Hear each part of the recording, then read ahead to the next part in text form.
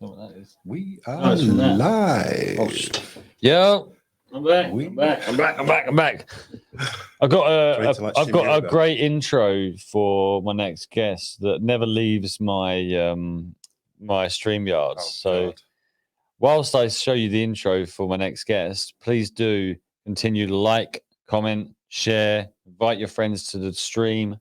We've got how many hours? Six hours to go. 6 hours to go. Let's do this. It's Dan here. I'm one of the Shifties contributors, and having 10 years or more, I'm hanging about, start that again. Hey, it's Dan here. No.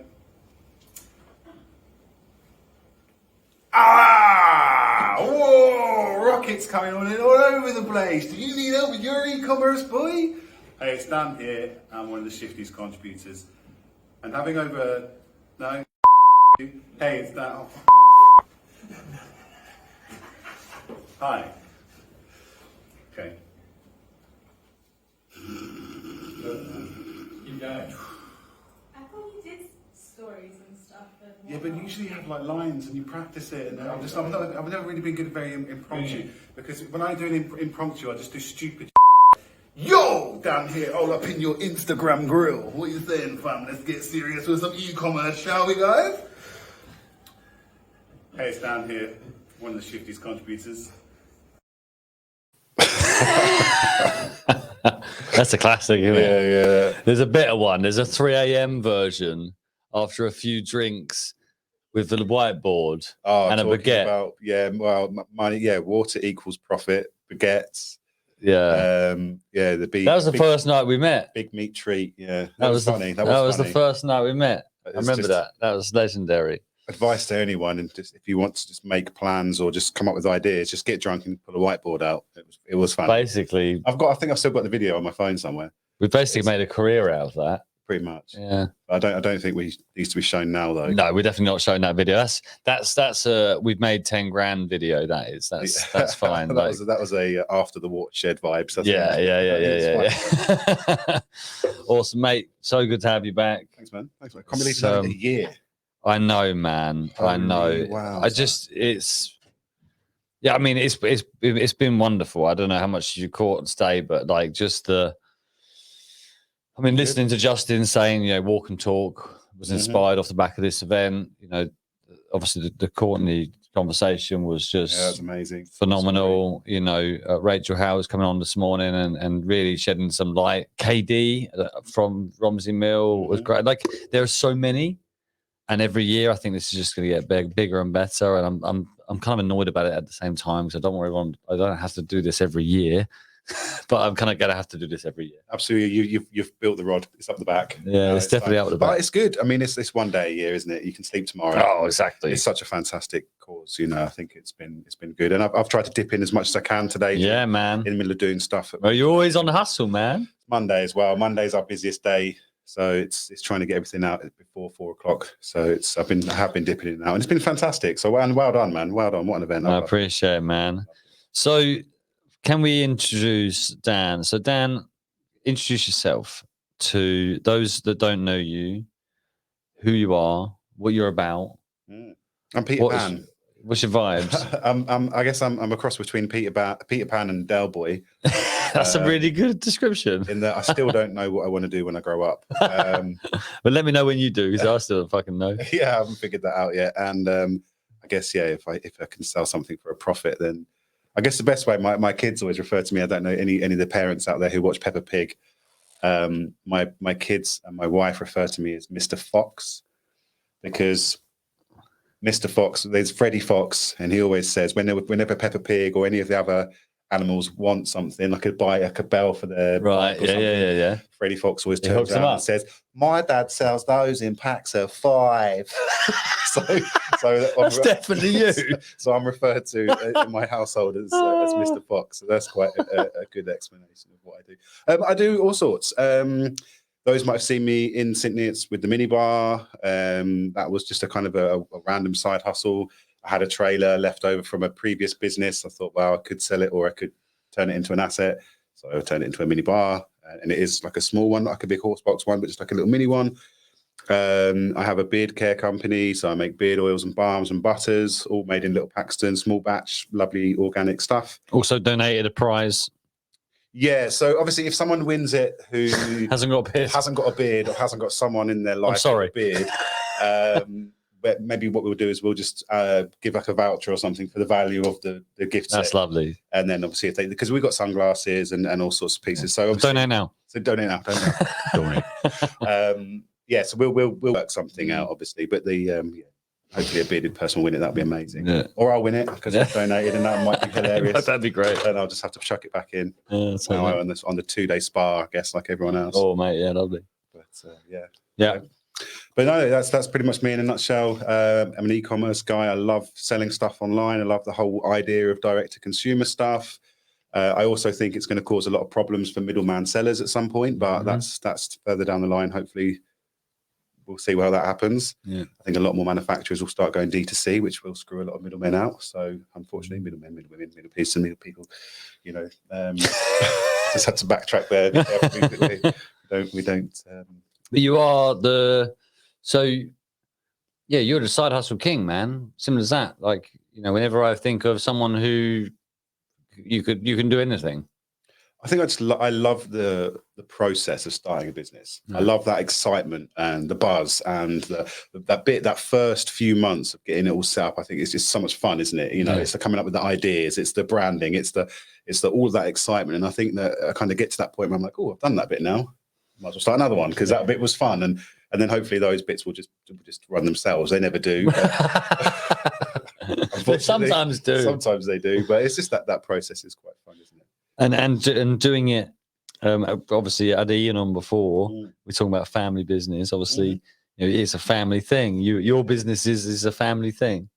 Yeah, absolutely. I mean, I work with my wife. I even get my kids to help. My daughter's come and help me out at markets before. Whenever she wants to earn a $5 or a $10 or something, I get a bottle in sample bottles for me. So she'll sit there watching telly and she'll fill up sample bottles and label them up for me. So I think it's good for them. They get to earn their own money, make their own money, and that sort of stuff. And I think rather than just sort of just giving them pocket money for the sake of you get a tenner a week, pocket money, whatever, it's nice to get them to learn that the power of money and the value of money. Did you say that? New landlord. That's you. Oh, apparently I'm busting in with the. Apparently, no, I think my wife might be on. Yeah, of course. Yeah, you are. Congratulations. I forgot about that. That was this week, wasn't it? Friday, pick the keys up. It's Friday, yeah. Congratulations, mate. In my pocket. I was going to do that. Oh, hang on a minute. What you got? Got nuts for you, mate. Oh, well, thank you very much, sir. I tried to get the Marmite ones for you, but they didn't have any in there. So, well, I'll take it, man. I know you like cashews. Do love my cashews. Yeah, I don't know where the key is. Now, there you go. Just have to do the obligatory key post. Very nice. So yeah, we went in there and we created a massive list. Yeah, she's on my Facebook to watch.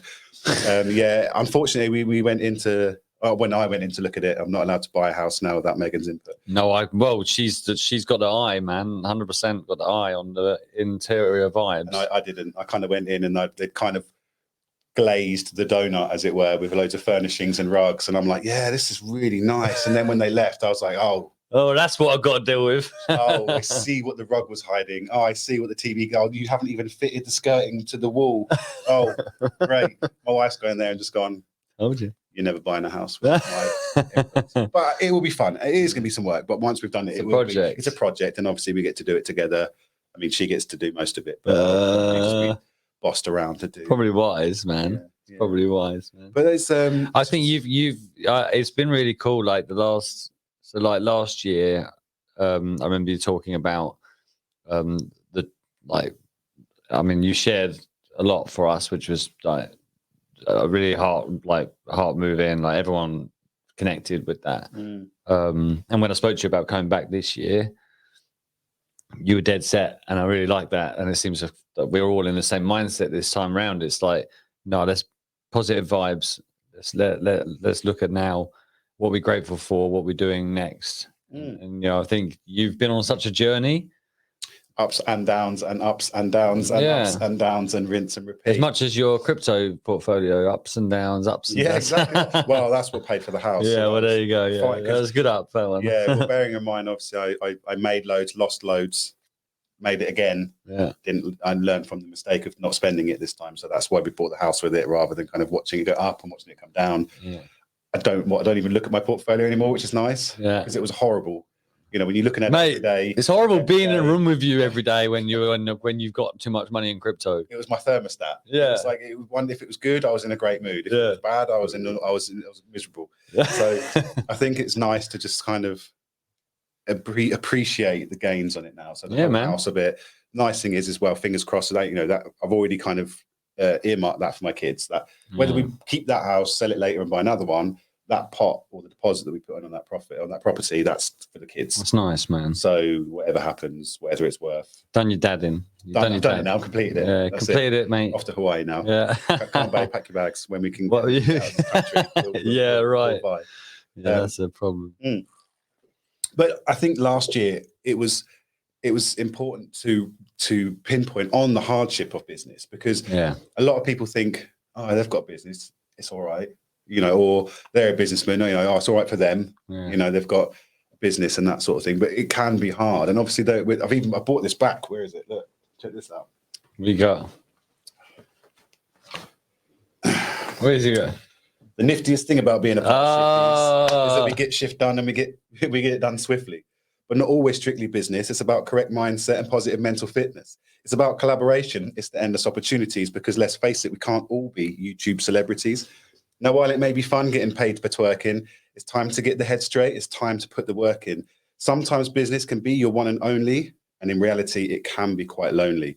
And in times like these, when you've just had your work cut, well, that's my invitation for you to speak up. Oh, he's back. Give him some love, man. The Shifty rep. And I think that, delving on that, the business bit being lonely. Yeah. And the importance of community. It's bloody lonely, man. There's no hiding from it. It's lonely. And I think Kirsty Sook was on earlier talking about that problem. It's like when you first start in business, everyone around you is, oh, that's cute, man. Go Dan. But then, as it takes a year, 2 years, 3 years, maybe 4 years before you get there. And you sacrifice a lot of your life, and you sacrifice a lot in your relationships and every aspect to get that off the ground. This is not a normal thing. No. I find it, and you soon understand the value of your time. Yeah, and it's usually worthless. Yeah, exactly. Yeah. You don't measure that shit. No, because I think if you, for those who are employed and not in business, it's quite easy to go, I work for £15 an hour, £20. When you get out of bed for less than £25 an hour, whereas when in the beginning stages of your own business, minimum wage would be cute. Well, I'll take that. Honestly. Sometimes you work in 18-hour days and you haven't made a penny. So it's just not equivalent. It's just not the same conversation. No. It's not comparable. You're building assets, and that's what it comes down. I mean, we had this Tim Lovett on earlier. And we were talking about work-life balance, and my feelings towards this doesn't exist for business owners. No, because it's impossible, and it's your hobby. I find as well. Absolutely. I was talking to who was I talking to about this the other day? Anyway, the question came up with, what do you do in your spare time? Business. I'm a business owner. What does that mean? Work. I go home and that's when I work, and I do some more work, or respond to an email, or I'm talking to someone, or there's always something going on. A message pops up in my messenger, and I'm like, I better respond to that because I don't want to be rude, and that sort of thing. So you don't switch off. People say, "What's your hobby?" Do you not have a hobby? Yeah. Business. I like. But it's fun, right? It is fun. Yeah. Like the latest project, I don't even talk about your latest project. Not yet. Oh, damn it. Not yet. No. Exciting though, but that's the sort of thing I see you light up. You light up, like, honestly, it's like an instant thing. It just ignites you. Yeah, I think, and it is, like I say, it's that early phase excitement. But we've got quite a few bits going on, I think, this year as well. And I think everyone, I actually remember saying 2020 vision. It was going to be the year, because I'm a very firm believer of the power of numbers, and because 2020 it's a number, same number after a same number. It's supposed to be quite powerful. And I was referring to 2020 vision. It couldn't have been more fuzzy for anyone. It was definitely not. That's 2020 right. Vision. Yeah. And then we kind of got through 2021, and if you look at the power of numbers again, 2021 was supposed to be more powerful than 2020. And big things were coming. I always said, big things are coming for 2020. I mean, it was massive.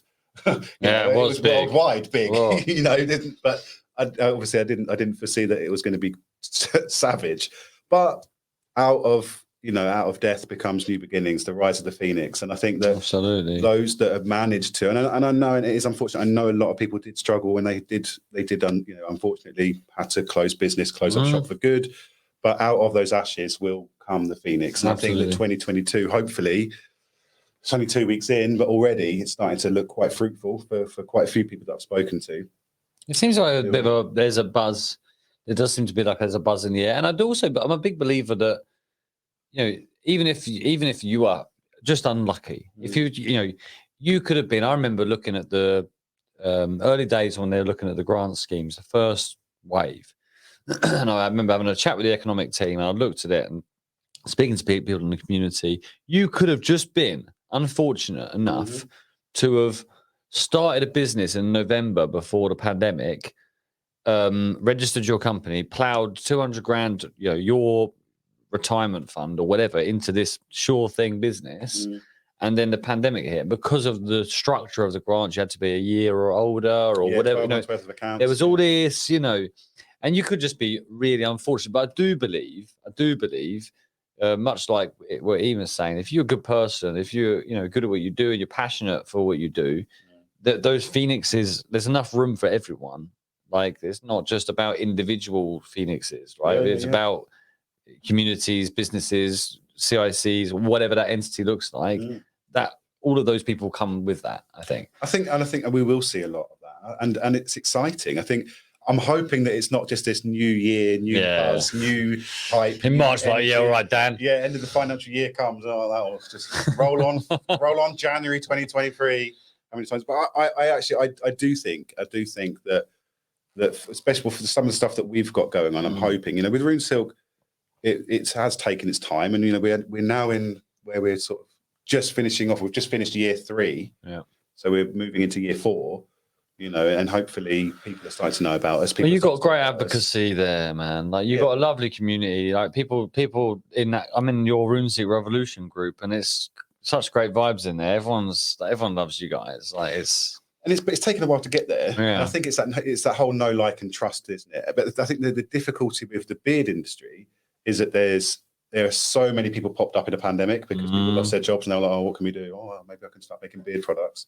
So, there's a lot of new companies popping up, and it'll be interesting to see where they all, come. I've seen people come and I've seen people go in such a short space. Yeah, I bet. Because I think a lot of people really think, oh, it'll be really easy, just mix a few bits and pieces, put it in a bottle. And building fans, building community isn't easy. And that's what you're doing. Again, just to allude to Kirsty earlier in her Smelly Witch code, talking exactly that. Like, it's all about building a community when it comes to e-commerce. Absolutely, and 100% there. I mean, and we've just, I hate to say it, but we've just put our products on Amazon. Yeah. But we held off for so long because we're thinking, independent company, fuck Amazon. Yeah.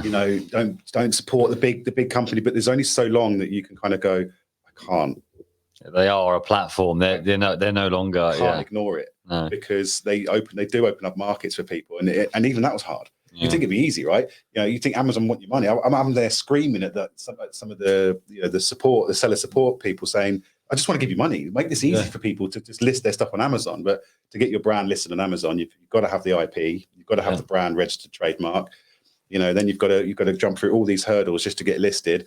Then when you list the products, they say, oh, you listed your products after you listed the brand or before you listed the brand. So now you have to delete all your products and start again.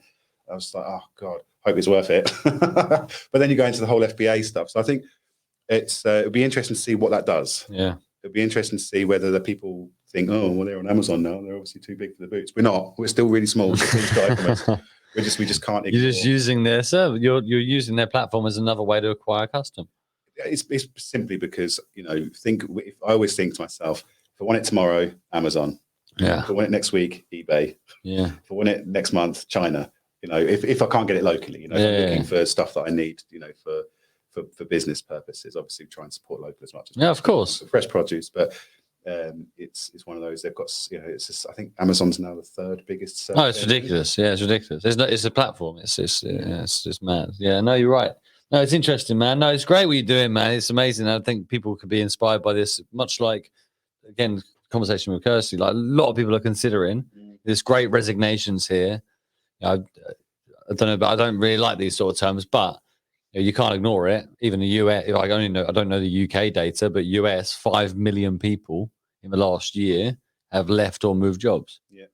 And it's now finally overthrown on Google how to apply for, how to get an interview or how to deliver an interview versus how to start a business. How to start a business is now ranked higher. Nice. But we said this a little while ago, didn't we? Yeah. I think I remember when we called it beginning of the pandemic. This will be record numbers, and it definitely was. More and more entrepreneurs, and I think damn right. Yeah. I think because as much as I don't like the fact that Amazon and these big companies are up here. You can't avoid it. But at the same merit, if you can make your own money, do it. You'll be so much more passionate about what you do. 100%. When you have the power to make money. Yeah. You enjoy it more. You put more effort in because it's yours. You're recognizing the whole pie. And it's fun. It is fun, and you learn so many skills, especially as a small business, because you don't realize how much you can do yourself until you need to. Yeah, no, absolutely, man. Yeah, well, that's it. Again, you've been coming out to schools with us, heavily involved in the development of the Ignite program. Mm-hmm. We pitched that to get the funding for, starting your own business is just self-development on steroids. Yeah. And I drill it into my kids. Yeah. Well, my eldest, not so much the 5-year-old, because he just looks at me like, what? Business? Wait till he's 7. I'll pick my nose some more and watch some Netflix or something. Whereas my eldest daughter, she's at a stage now where she's picking her A-levels. Scary.